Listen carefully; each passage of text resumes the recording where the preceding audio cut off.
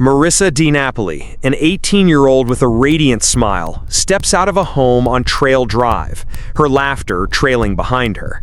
She texts her family, promising to stay with a friend and return tomorrow. But tomorrow comes, and Marissa doesn't. On July 2nd, her body is found under a bridge at Anderson Lake, her life stolen in a brutal act. Her ex-boyfriend, Martin Mendoza, vanishes, sparking a desperate search. A community mourns, a family breaks, and a nation demands justice. This is Marissa's story, a tragedy that shakes the heart of Morgan Hill.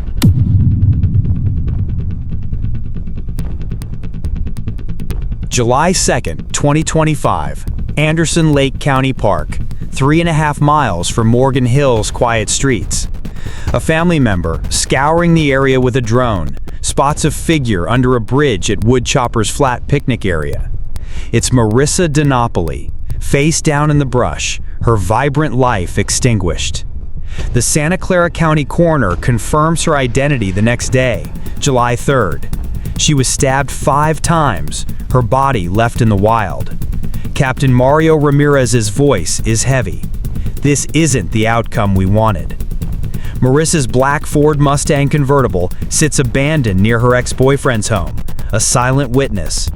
Her family gathers, hearts shattered, as police name Martin Mendoza, her ex-boyfriend, a person of interest. Morgan Hill locks its doors, fear rippling through the summer air. A killer is out there. Marissa DiNapoli was Morgan Hill's joy. At 18, she had just graduated early from Opportunity Youth Academy, her eyes set on Gavilan College. Her smile, infectious, lit up the Starbucks where she worked as a barista. She was love, her sister Monice Ramirez says, voice trembling. Marissa brought food to the unhoused, her kindness touching strangers. At Central High School, she danced in the halls, her laughter a melody. Her friend Jaslyn Gutierrez recalls their bond. We were unbreakable. Marissa, 5 feet tall, 100 pounds, with brown eyes and black hair, loved Anderson Lake, where she'd watch sunsets. Her family, 8 siblings adopted through foster care, cherished her warmth. DiNapoli's body was discovered on July 2nd by a drone near the Woodchopper's Flat picnic area. The clothing she was wearing matched what she had on in a home surveillance footage. She was also wearing a black necklace with a cross, which matched a photo provided to police by her family. A memorial grows outside her Starbucks, flowers piling high. How could such a light be dimmed? Morgan Hill, a close-knit town of 45,000 in Santa Clara County, reels. On July 3rd, hundreds gather at Anderson Lake Bridge for an all-night vigil, candles glowing in the dusk. She was our daughter, a neighbor whispers. Marissa's teacher, Tara Guerrero, sobs. Her smile filled every room. The community searches tirelessly, strangers joining her family. A petition for justice, launched by her siblings, gains thousands of signatures. Mayor Mark Turner speaks. Our hearts are broken. The Morgan Hill Police Department, backed by 15 agencies, vows to find Mendoza. Fear lingers.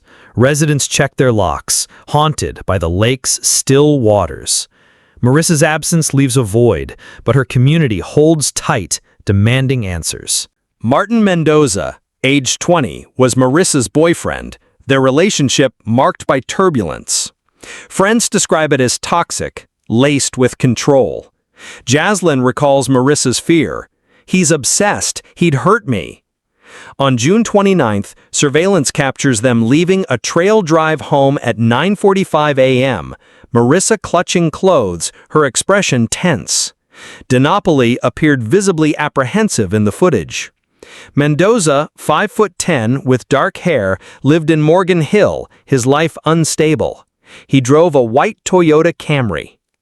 Marissa DiNapoli was confronted by her boyfriend, Martin Mendoza, whom she had spent the night with, about contacting her ex-boyfriend, which led to a heated argument between her and Mendoza. On June 30th, her family reports her missing after she failed to return home on Sunday as planned. Relatives said they had not heard from her since June 28th, which was unusual. She also failed to show up for her shift at Starbucks. Mendoza avoids police, his silence damning. Authorities said there were prior unreported incidents of domestic violence in which Mendoza had assaulted DiNapoli. Was this a crime of passion or something colder? June 30th, 2025, Morgan Hill Police Station. Marissa's father and sister Monice report her missing, their worry palpable. She last texted at 9:16 p.m. on June 28th, saying she'd stay with a friend. Her phone goes silent, calls unanswered. Detectives learn she was last seen with Mendoza, leaving his trail drive home with evidence from a home surveillance footage confirms this claim. Her Ford Mustang is found nearby, untouched. Over 30 investigators from the FBI, Homeland Security, and Santa Clara County Sheriff's Office join the case. On July 1st, police confront Mendoza at a Monterey Road home, but he slips inside, evading questions. Surveillance shows his Camry heading toward Anderson Lake on June 29. Marissa's phone pinging nearby. Captain Ramirez vows, "We'll find justice." The clock ticks, but Mendoza is gone. July 2nd, 2025. Marissa's family and friends comb Anderson Lake, a place she loved. Her brother, Moses Marcos Ramirez, leads volunteers, strangers joining the effort. "We just wanted her home," he says, voice breaking. A community member's drone spots her body under the bridge, her necklace glinting in the fading light. The discovery crushes Morgan Hill. "She was out there alone," Monice whispers. Police search Mendoza's home, finding no clear evidence but noting his absence. His Camry is tracked crossing the San Ysidro border into Mexico on July 1st, his phone off. "He's running," Detective Kyle Tolentino says.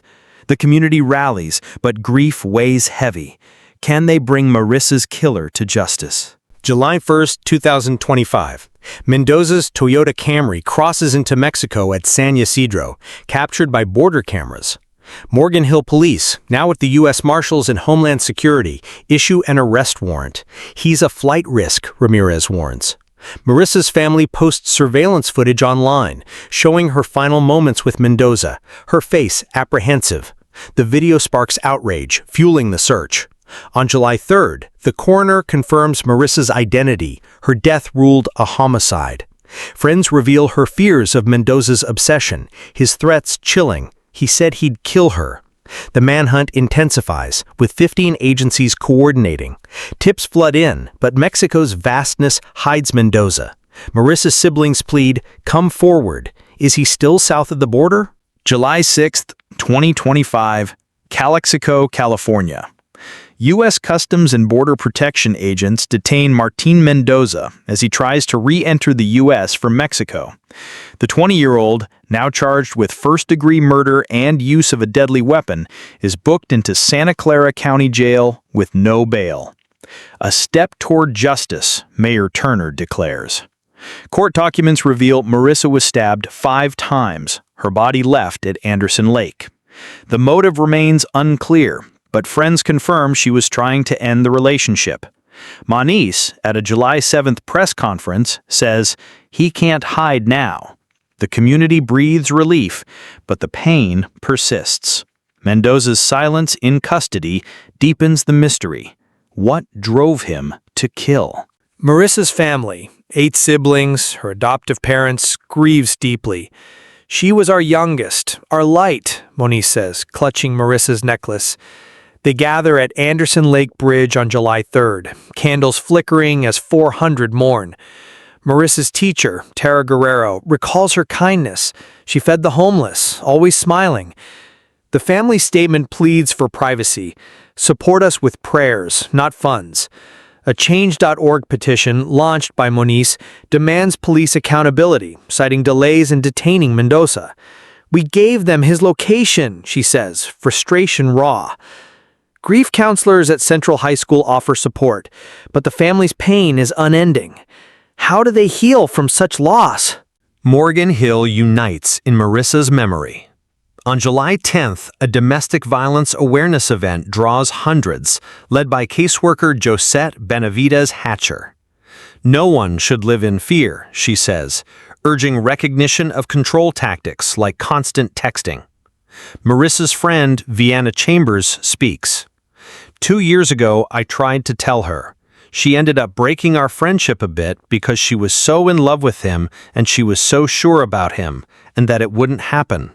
And 2 years later, I get a call that she is missing and then found dead. We warned her, but she believed in him. I was so sure about him that it wouldn't happen.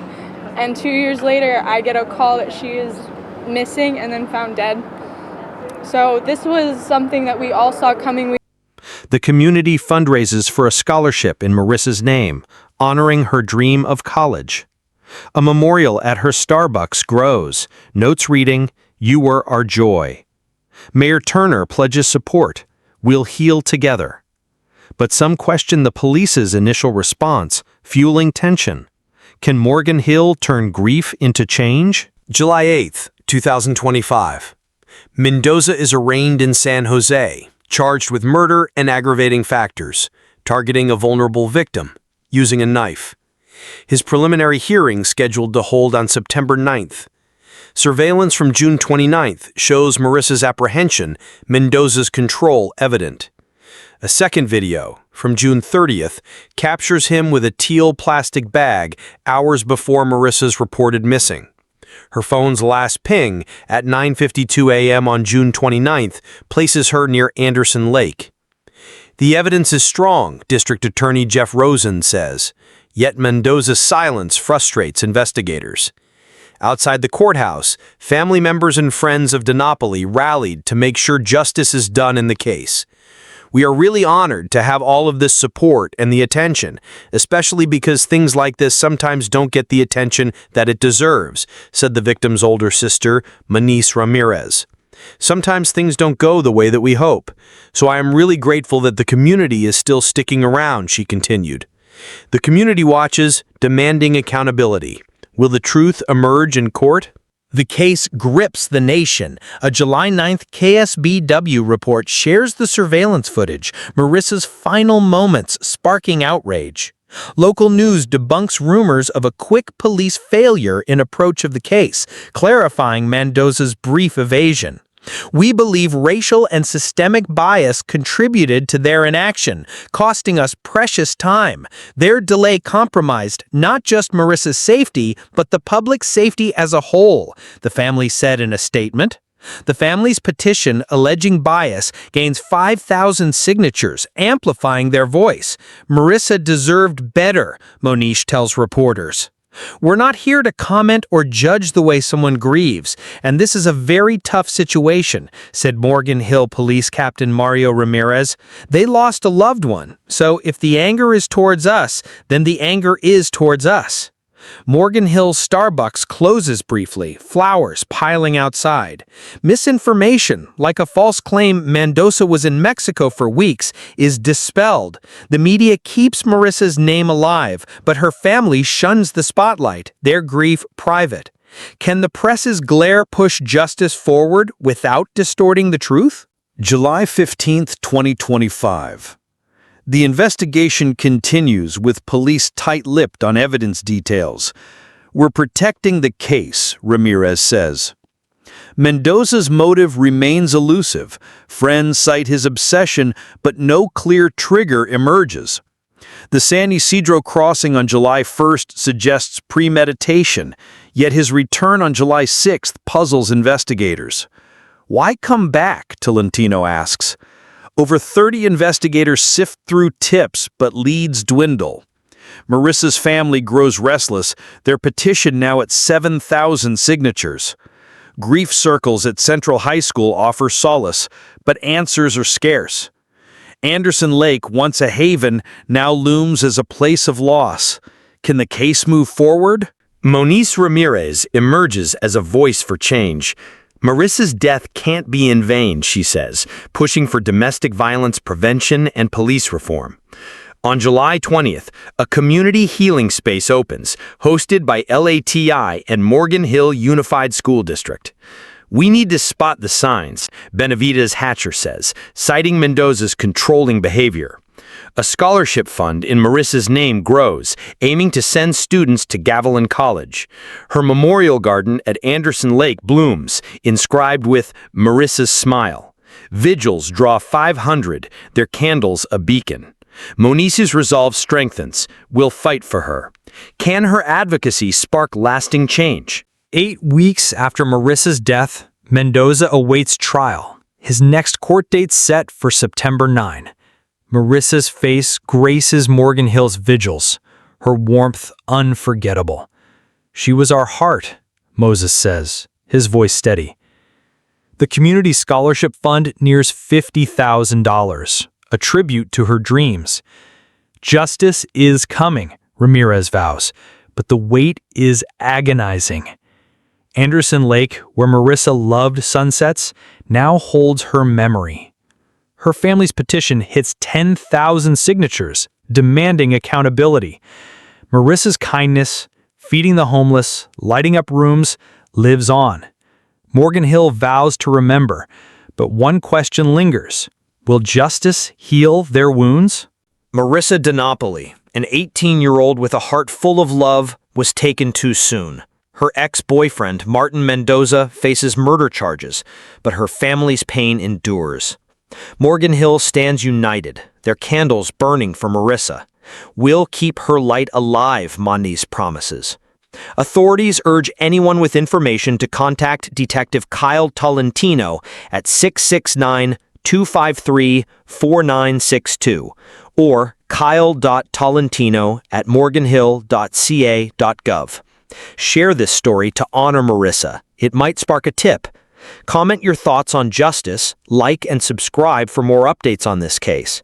If you or someone you know needs help, contact the National Domestic Violence Hotline at 1-800-799-SAFE 7233 or text START to 88788.